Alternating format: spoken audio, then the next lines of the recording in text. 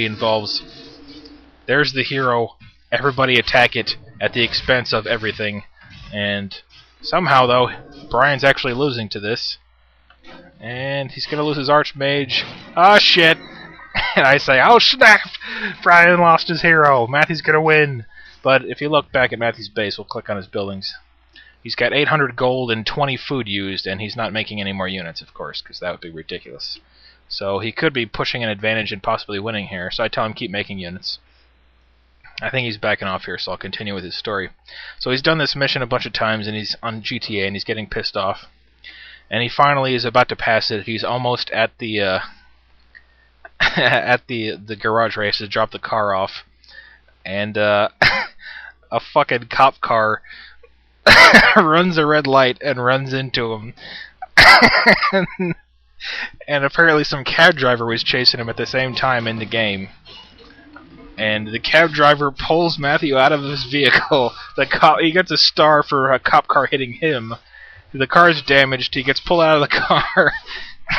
The cops pull their guns on him, and he gets busted, and he fails the mission right in front of the garage to drop the car off.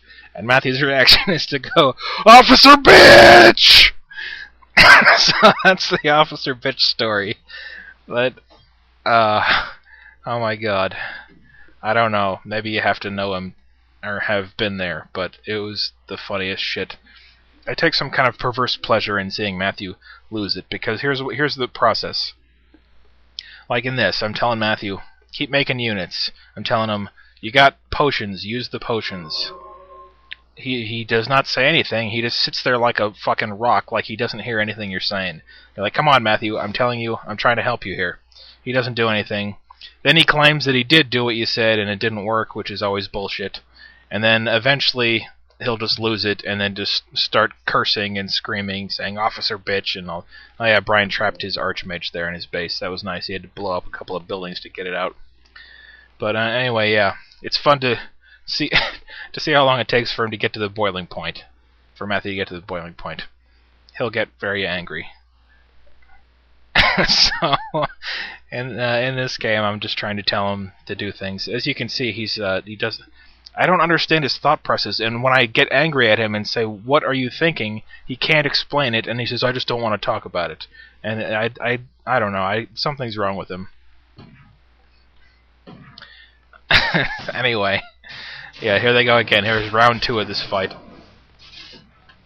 Matthew uses a speed scroll and runs in a big circle over to the left, and he almost surrounds the Archmage, and now he's still chasing the Archmage. He might actually kill it, but Brian's teleporting back to the back of his base.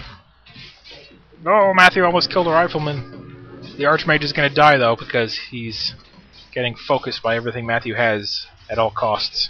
Oh, Matthew finally gave up on that. Now he's picking off footmen, and it looks here like Matthew might actually win the game. Oh, jeez. 7 minutes and 40 seconds in. There's still plenty of time left in the game. I like to say that Matthew finds ways to lose. There, nice windwalk. He kills the Archmage there. I say that he snatches defeat from the jaws of victory. That's pretty much what he does.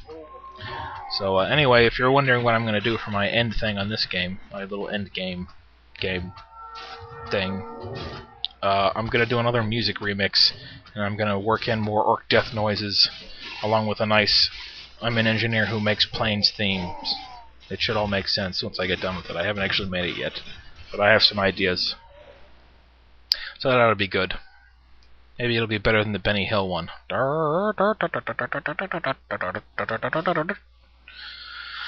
Okay. So Matthew retreats back to his base. Let's look, see what he's got. He's got 700 gold, 300 wood, 24 food out of 50. Good thing he made those burrows for all the units he's pumping out. So now he's got three demolishers queued up, because, you know, he needs some demolishers. He's making a second barracks now. Let's see what Brian's got.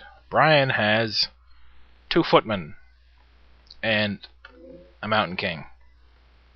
So, why does Matthew need to sit in his base? At the very least, he should be creeping or something, but he doesn't. Whatever. He's not doing that. Brian has tech to Tier 3. I don't know if Matthew's ever even seen Tier 3. That's another thing. He'll like for a while he would like not tech at all. Now he techs to tier 2, but he always stops before he gets to tier 3 because God forbid he get one of those lightning orbs or something on his Blade Master so he can hit air units and purge units and all that kind of fun shit. That would be ridiculous. We can't have that kind of wackiness in our household. So he's just standing around again. Let's see what Brian's got. Check back. Brian's making a Griffin Aviary. Awesome. Because he knows that Matthew's an idiot, and Matthew's not going to bother scouting. Brian's got a nice idle peon there. Brian's not the best player ever, but like I said before, he does have the advantage of common sense and some sort of thought process that anyone on the planet could follow, unlike Matthew. Matthew's like...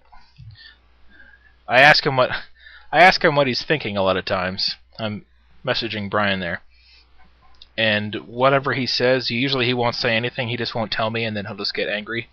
But then when he does tell me, it makes no sense whatsoever. It's just the craziest shit. You're like, why did you keep making grunts when you saw he had air units?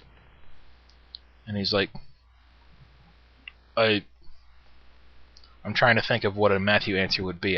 It's hard to think like him, in case you haven't figured it out. Another nice thing is that Matthew and Brian are both probably going to listen to this because they listen to all my audios after I make them. So this will make for a fun Christmas, where they're both thinking that I'm an asshole for making fun of them in front of my small audience of a couple of hundred people. But hey, fuck them, that's what I say. If they don't like it, they're not getting any Christmas presents. So here comes another battle. Matthew uses another speed scroll, and then runs all the way around Brian's shop with a speed scroll. He's still chasing the Archmage at all costs, and then he finally says, oh, I shouldn't be doing that. I'm going to go back, and I'm going to kill me some Mountain Kings and Knights. And he's not actually attacking anything. That's another one of his favorite moves. He runs around and runs around and doesn't actually attack anything. He doesn't. The sad thing is he would do better if he just did attack move. But he kills the Archmage again. So right here he should be able to win, but now he's going to lose his Tauren Chieftain there. He would do better if he just did attack move and then just didn't hit anything. But he's trying to tell his units to do 80 things at once, I guess. And they just don't do anything. So Brian's got one Griffin, and Matthew has an army advantage here. He's got a almost level 4 Blade Master with 2 healing potions on it. So Brian had a strange thought here too. He decides not to remake his Archmage at all for the rest of the game because he just kept dying anyway, which I guess is true, but... Oh yeah, Matthew went mirror image. I think he said it was an accident, but you never know with him.